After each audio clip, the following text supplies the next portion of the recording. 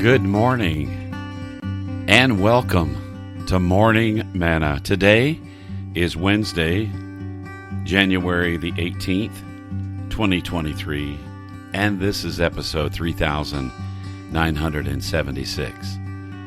My name is Bruce Turner. Welcome to today's Morning Manna. Today's episode, Red Letters. Stay tuned. Red letters. What are you talking about, Bruce? Well, I'm talking about the words of Jesus in the Bible.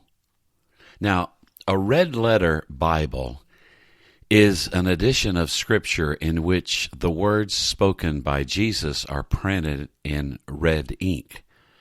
The red letters are meant to help readers easily locate the actual words spoken by Jesus. The red letter edition of the Bible was introduced by a man named Louis Klopsch. He was an innovative editor of the Christian Herald magazine, and in 1899 he published the first red letter New Testament, and 2 years later he released the first full red letter edition titled The Holy Bible Red Letter Edition in 1901. He was a very close friend of Dwight L. Moody.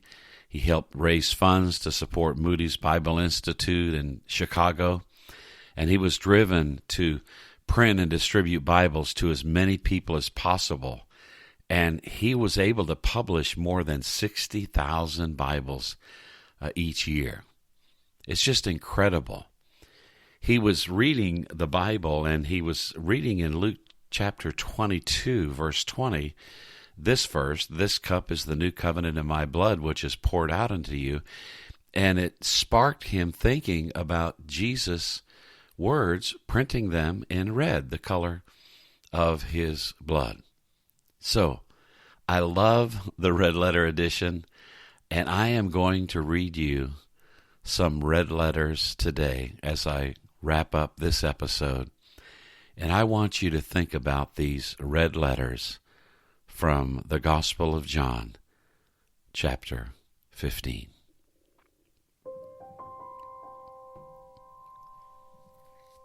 I am the true vine, and my Father is the vine dresser. Every branch in me that does not bear fruit, he takes away. And every branch that bears fruit, he prunes, that it may bear more fruit. You are already clean because of the word which I have spoken to you. Abide in me, and I in you. As the branch cannot bear fruit of itself unless it abides in the vine, neither can you unless you abide in me. I am the vine. You are the branches. He who abides in me, and I in him, bears much fruit. For without me, you can do nothing. If anyone does not abide in me, he is cast out as a branch and is withered, and they gather them and throw them into the fire, and they are burned.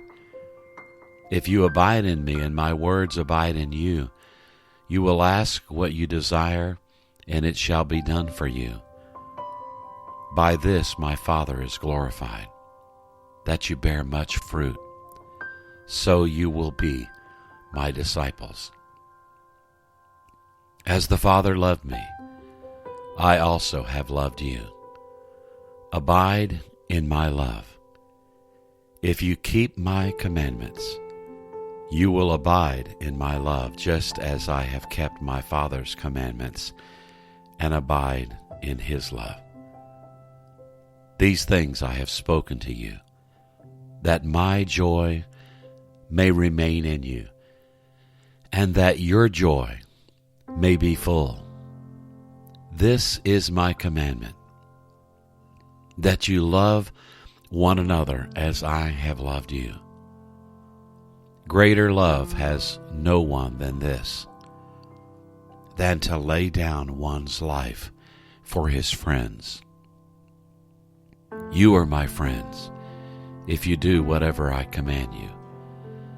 No longer do I call you servants, for a servant does not know what his master is doing. But I have called you friends, for all things that I heard from my Father I have made known to you. You did not choose me, but I chose you and appointed you, that you should go and bear fruit, and that your fruit should remain, that whatever you ask the Father in my name, he may give you. These things I command you, that you love one another.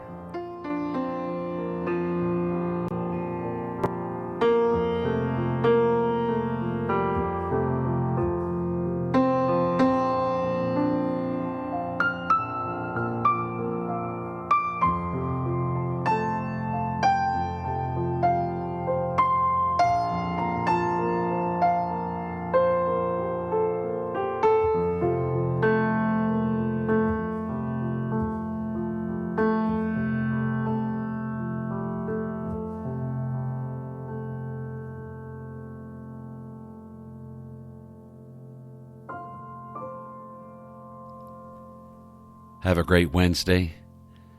Till tomorrow morning, this is Bruce reminding you to choose joy.